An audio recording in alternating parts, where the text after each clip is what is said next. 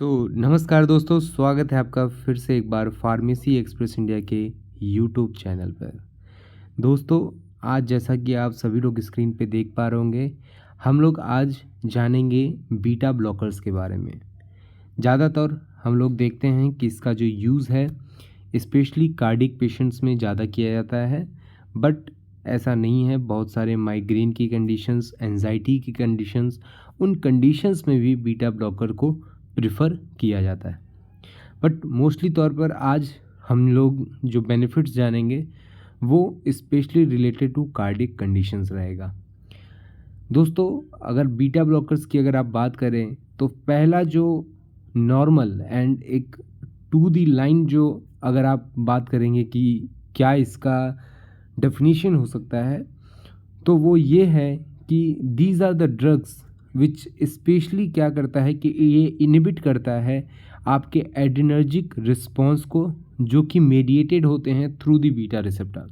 So body में different regions में beta receptors available हैं, बट ये जो एड्रेनर्जिक रिस्पॉन्स है वो आपका एड्रेनल ग्लैंड, जो कि आपके किडनी के एबव पार्ट में पाया जाता है, वहाँ से ये रिलीज आउट होता है in the form of adrenaline और नॉर एड्रेनलिन। ये हार्मोन्स बीटा रिसेप्टर्स पे जाके एक्ट करते हैं and they stimulate the actions of beta receptor as a form of agonistic property. Now blockers, you can understand that blockers मतलब एक तरीके से ये एंटागोनाइज कर रहा है, ये इफेक्ट को ब्लॉक कर रहा है, बंद कर रहा है। नाउ अगर हम बात करें हिस्ट्री के बारे में, सो बीटा ब्लॉकर जो है, जो इसका द डाइक्लोरो डेरिवेटिव जो है ऑफ आइसोप्रेनालिन का, ये पहला था जो कि फर्स्ट कंपाउंड था जो पाया गया था 1958 में, जो कि ब्लॉक करता था आपके एड्रेनर्जिक रिस्पॉन्सेस को। हाउएवर ऐसा नहीं हुआ कि it was not been suitable for clinical use. Clinical practice में इसे बहुत हद तक सुटेबल नहीं पाया गया डाइक्लोरो डेरिवेटिव ऑफ आइसोप्रेनालिन को, इसलिए प्रोपेनॉल का इंट्रोड्यूस्ड हुआ इन 1963 में। 1963 में आने के बाद वो एक तरीके से प्रोपेनॉल जो है एक तरीके का थेरेपेटिक ब्रेक थ्रू देखा गया, एंड तब से लेके ये जो ड्रग है in this class has been proliferated, मतलब धीरे धीरे इसमें क्लासिफिकेशंस बढ़ते जा रही हैं और बहुत हद तक डाइवर्सिफाइड हो गई है। कोई बीटा 1 सेलेक्टिव एक्शन देता है, कोई बीटा 2 सेलेक्टिव एक्शन देता है, कोई बीटा 1 बीटा 2 दोनों पे इफेक्ट देता है। तो there are different diversification in the classes of beta blocker has been seen.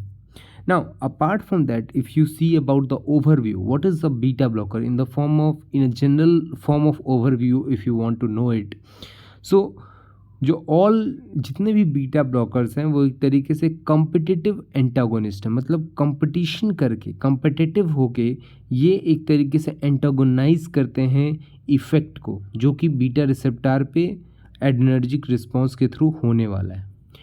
Propanol जो है वो आपका ब्लॉक करता है बीटा 1 और बीटा 2 रिसेप्टर दोनों को, बट उसका बहुत ही वीक एक्टिविटी है ऑन द बीटा 3 रिसेप्टर सब टाइप।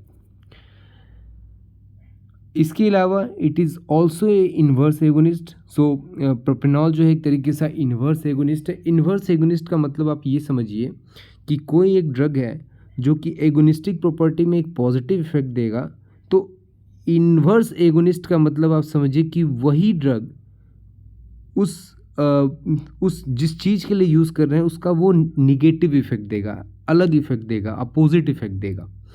सो इन्वर्स एगोनिस्ट हो गया। एंड इसके कारण कि ये क्या करता है, रिड्यूस करता है आपके reducing heart rate as well.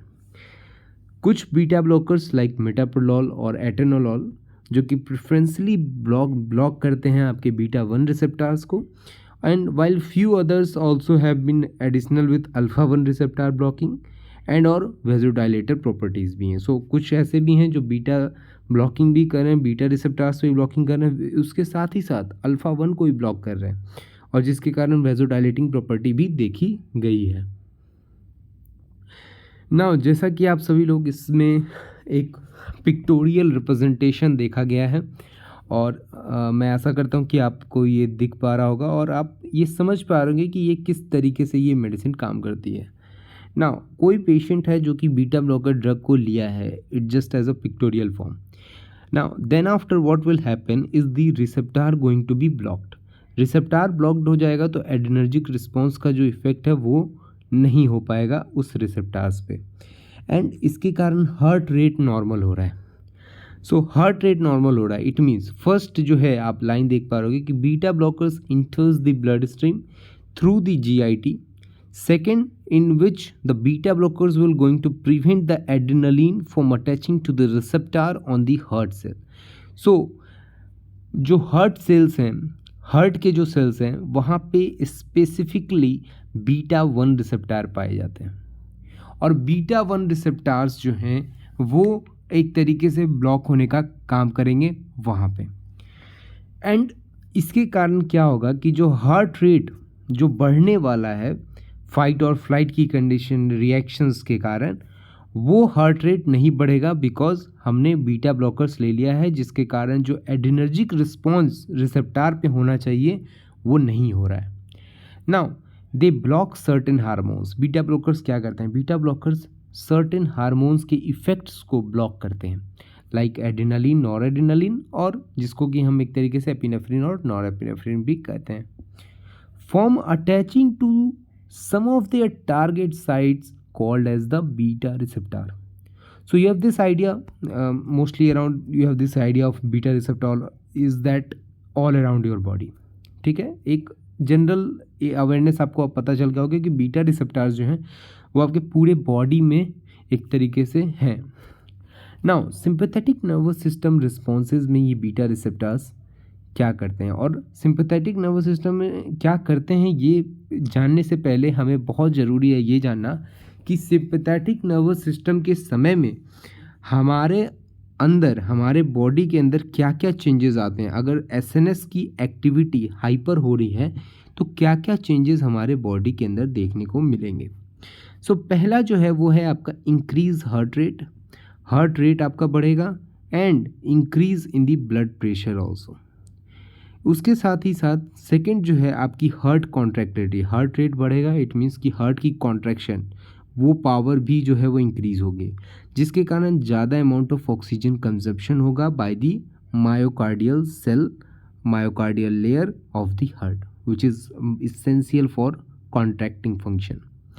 Third जो है ये सिंपैथेटिक नर्वस सिस्टम के कारण ब्रोंकोडाइलेशन, जो आपका लंग्स वाला पार्ट है वहाँ पे ब्रोंकोडाइलेशन भी होता है because of stimulation of beta receptors.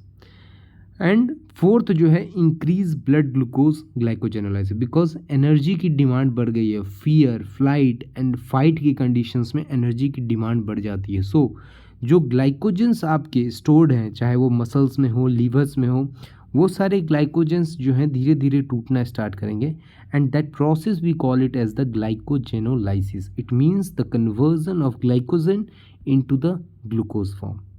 So these are the things will going to be happen. Now, what the specifically if you concised with the heart and kidney, so what the beta 1 receptors is doing with our body.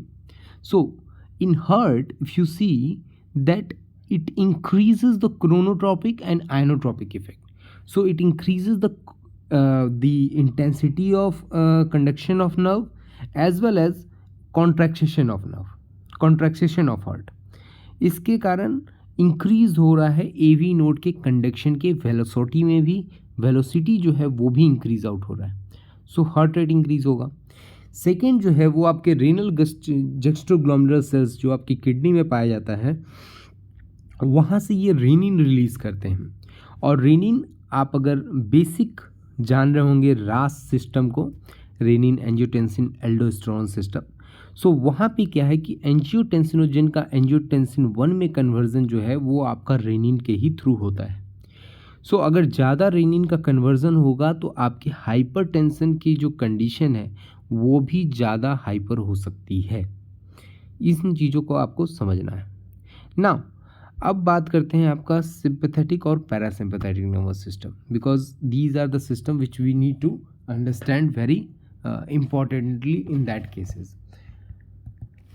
Now, what happened in nervous system if you see that nervous system में आपका एक central nervous system होता है और एक आपका peripheral nervous system होता है, ठीक है। Now central nervous system is having a true part of brain as well as the spinal cord which is the spine present in the central line. In the peripheral nervous system, there is a two part. There is a efferent and there is a afferent. So efferent it means the motor neurons. So motor neurons का मतलब आप समझो कि आपका एक तरीके से कोई इफेक्ट आपको मिल रहा है, कोई सेंसेशन आपको मिल रही है, आपके ब्रेन तक पहुंच रही है. And afferent is the sensory, मतलब सेंस करने के बाद आप जो करने वाले हैं. मान लीजिए कि आपको हाथ आपने टच किया, कहीं माचिस, कहीं आग जल रहा है, वहाँ पे आपने हाथ लगाया, दैट यू सेंस्ड दैट कि वहाँ पे हीट है और आपने उसे हटाया. तो it's a sensory neurons which are doing that. Now, in an efferent neuron, in the motor neuron, where there is a feedback coming from that case, so efferent के कंडीशंस में दो पार्ट होते हैं. सो efferent में sensory तो आप समझ ही गए कि किस तरीके से सेंसरी काम कर रही है, और efferent में एक तरीके से मोटार न्यूरॉन है जो कि आपका एक तरीके से इफेक्ट आउट कर रहा है दो तरीके से, एक ANS में और एक सोमेटिक नर्वस सिस्टम में. ऑटोनोमिक नर्वस सिस्टम और somatic nervous system. Autonomic nervous system का इसलिए हम कहते हैं मतलब इनवॉलेंट्री है, वो आप कंट्रोलेबल नहीं है, और वॉलेंट्री नर्वस सिस्टम मतलब कंट्रोलेबल है.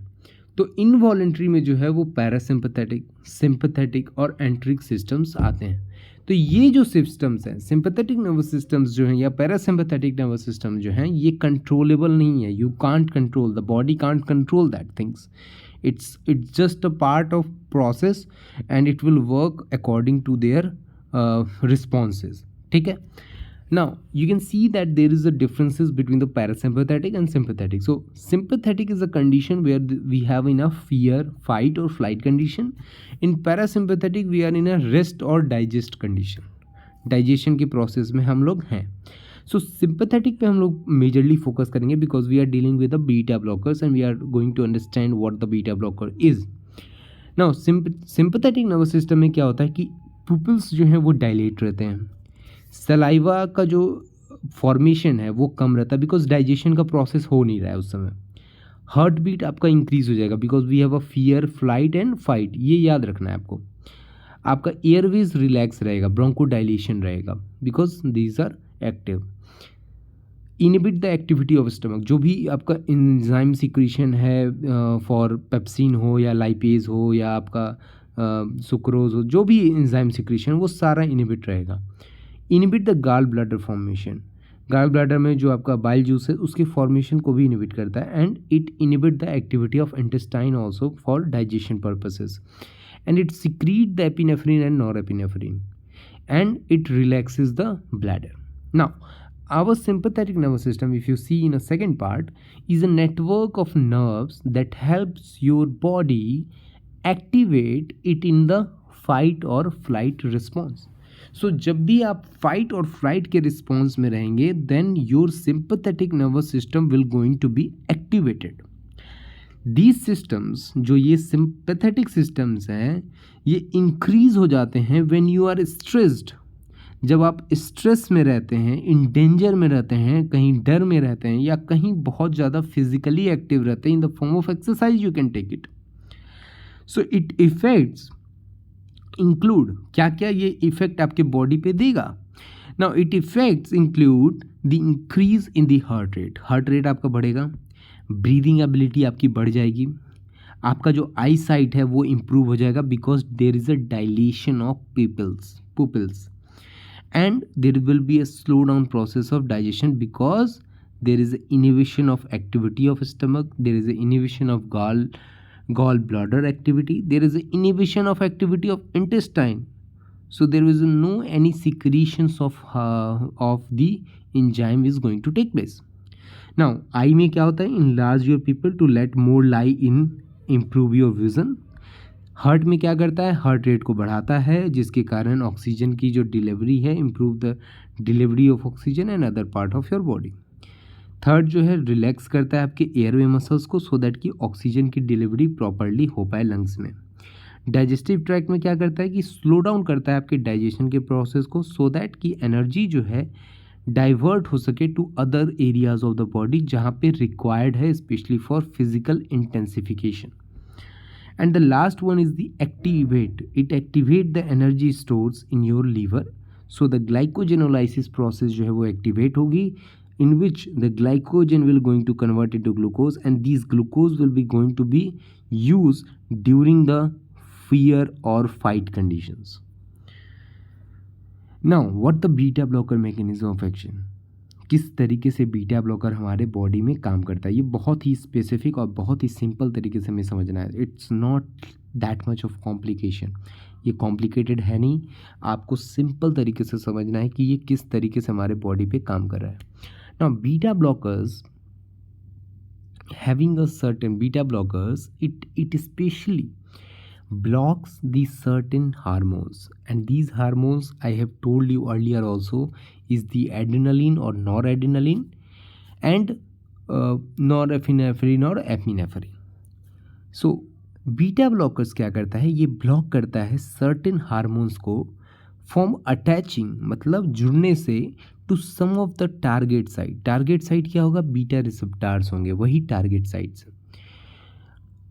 और इसके कारण क्या होता है कि जब ब्लॉक करता है बीटा रिसेप्टार्स को, then will block the adrenaline and not adrenaline from binding to the beta receptor, जिसके कारण ये ब्लॉक क्या करता है, सिंपैथेटिक नर्वस सिस्टम के एक्टिवेशन को या रिस्पॉन्स को.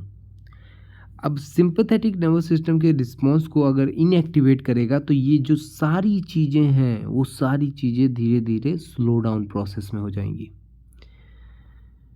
सो एंड विच मीन्स, अब इसके कारण क्या होगा कि आपका जो हार्ट रेट है वो स्लो डाउन होगा, and it make it beat with less force, मतलब जो कॉन्ट्रैक्शन है वो भी कम होगा, जिसके कारण जो कार्डियक आउटपुट है, जो amount of blood release out हो रहा है पर मिनट, वो भी डिक्रीज होगा, एंड इसके कारण जो ब्लड प्रेशर है वो भी डिक्रीज आउट होगा. एंड जब हार्ट रेट कम होगा तो जो ऑक्सीजन की डिमांड है वो भी कम होगी, जिसके कारण एंजाइना के पेशेंट्स का जो हार्ट पेन है, जो चेस्ट पेन है, वो भी कम होगा. This means it doesn't work so hard and use less oxygen. As a result you can see in the lines. Now these effects are very helpful if the patient have angina and heart failure. So these are the effects which are very much going to be helpful if the patient is having angina or heart failure. So because angina के cases में जो myocardial sales हैं वहाँ पे oxygen की demand बढ़ जाती है, so उस डिमांड को कम कर देगा बिकॉज हार्ट रेट रिड्यूस हो गया है. कार्डियक आउटपुट कम होने के कारण क्या होगा, जो हार्ट फेलियर के चांसेस बढ़ गए हैं, हार्ट फेलियर होने के चांसेस जो बढ़ गए हैं वो एक तरीके से कंट्रोल आउट करेगा, because preload and afterload को एक तरीके से वो मैनेज आउट करने में हेल्प आउट करेगा, and can help to protect against the further heart related complications. So in a simple way, if you want to memorize that what the beta blocker is going to do with our heart, so just you have to know that it decreases the conduction velocity of the AV node, which is the arterioventricular node, and due to the conduction velocity decreasement in the AV node, it decreases the heart rate, and due to decrease in heart rate, it decreases the cardiac output, and due to decrease in cardiac output, less amount of blood going through the aorta, so there will be decrease in the blood pressure. Now if you see the classification of beta blockers, there are diversified classification. Now that's the line we are telling it, or we are explaining it in earlier pages. So beta adrenergic blockers में non selective beta 1 plus beta 2 receptors भी हैं, blockers भी हैं, और cardio selective beta 1 blockers भी हैं. Non selective beta 1 beta 2 में without intrinsic सिम्पथोमिमेटिक activity वाले भी हैं, जैसे प्रोपेनॉल हो गया, सोटेलॉल हो गया, या टीमोलॉल हो गया.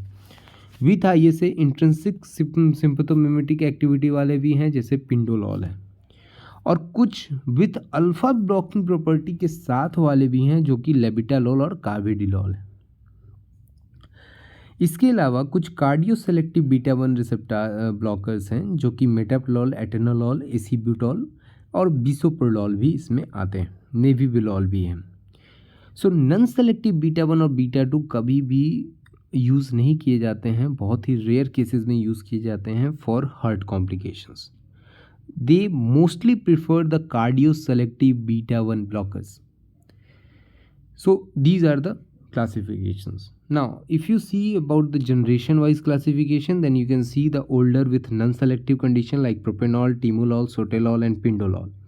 It's the first generation. Second generation is the metoprolol, atenolol, acebutol and bisoprolol and esmolol. These are the beta 1 with a cardioselective benefit. The third generation with having a alpha blocking property and or vasodilator property. So there are labetalol, carvedilol and celiprolol and nebilol and bitoxolol also there. Apart from that, if you see about the pharmacological action of beta blockers, so heart में ये क्या कर रहा है, heart में ये क्या कर रहा है, ये बीटा ब्लॉकर्स हार्ट रेट को डिक्रीज़ कर रहा है, फोर्स ऑफ कॉन्ट्रैक्शन को डिक्रीज़ कर रहा है, कार्डियक आउटपुट को डिक्रीज़ कर रहा है, जिसके कारण कार्डियक वर्क डिक्रीज़ हो रहा है, ऑक्सीजन कंजम्पशन जो है वो रिड्यूस हो रहा है और एक्सरसाइज टॉलरेंस की जो इंटेंसिटी है वो इंक्रीज आउट हो रही है कार्डियक पेशेंट्स में भी। ब्लड वेजल्स में क्या कर रहा है, ब्लड वेजल्स में ये बीटा ब्लॉकर ब्लॉक्स करता है वेजोडाइलेशन को। वेजोडाइलेशन जो हो रहा है उसे एक तरीके से वो रिड्यूस आउट करता है। एंड टीपीआर जो आपका एक तरीके से रेजिस्टेंस है, टोटल पेरिफेरल रेजिस्टेंस जो है उसे एक तरीके से इंक्रीज़ कर रहा है इनिशियली, एंड कार्डियक आउटपुट जो है एक तरीके से रिड्यूस आउट कर रहा है। एंड इसके बाद रेनिन में क्या कर रहा है, ये जो रेनिन रिलीज़ है किडनी के थ्रू उसे ये डिक्रीज आउट कर रहा है, तो ये एक तरीके से रास मैकेनिज्म पे भी इफ़ेक्ट करता है। इसके अलावा सीएनएस पे अगर आप देखें तो कोई सेंट्रल इफेक्ट बहुत ज़्यादा नहीं है, but however subtle behaviours are changes, कुछ चेंजेस देखे गए हैं, बिहेवियरल चेंजेस, फॉरगेटफुलनेस देखा गया है और इसके अलावा इंक्रीज ड्रीमिंग देखा गया है, सपने ज़्यादा देखते हैं, नाइटमेयर्स मतलब सपने, रात वाले सपने बहुत ज़्यादा आते हैं, डरावने सपने आते हैं। These are been reported with long term of high dosages also. In metabolic condition, if you see that there is a plasma triglyceride level या LDL HDL कोलेस्ट्रॉल रेशियो हो tend to increase during the beta blocker therapy. So ये cholesterol का level जो है थोड़ा सा बढ़ने के चांसेस रहते हैं। एंड ग्लाइकोजेनोलाइसिस जो आपका इन हार्ट, स्केलेटल मसल्स और लीवर है वो आपका डिक्रीज आउट होता है, बिकॉज वहाँ पे डिमांड जो है वो कम हो जाती है because of beta blocking actions. इसके अलावा यूजेस अगर आप जानना चाहें तो ये आप यूज़ करते हैं बीटा ब्लॉकर्स को हाइपरटेंशन की कंडीशंस में, आप एंजाइना पेक्टोरिस की कंडीशंस में यूज़ करते हैं। इन कार्डियक एरिथमिया में भी आपका जब कंडक्शन ऑफ जो इम्पल्स है वो जब नॉर्मल नहीं रहता है या थोड़ी सी भी दिक्कत आती है तो उन कंडीशंस में आप यूज़ करते हैं। मायोकार्डियल इन्फेक्शन में यूज़ करते हैं जब आपका कोई हार्ट का पर्टिकुलर मसल्स जो है वो प्रॉपरली काम नहीं कर रहा है, so we decreases the heart rate so that कि प्रॉपर ऑक्सीजन की सप्लाई हो और डिमांड ऑफ ऑक्सीजन जो है स्पेशली वो कम हो। कंजेस्टिव हार्ट फेलियर की कंडीशंस में हम लोग pre load and after load के कंपोजिशंस में यूज़ करते हैं। एंजाइटी माइग्रेन में भी यूज़ किया जाता है, as well as hypertrophic obstructive cardiomyopathy की कंडीशंस में भी इसे यूज किया जाता है। सो आई होप सो आपको ये वीडियो अच्छा लगा होगा। अगर ये वीडियो अच्छा लगा है तो प्लीज़ लाइक करें, शेयर करें एंड सब्सक्राइब करें। Thank you so much.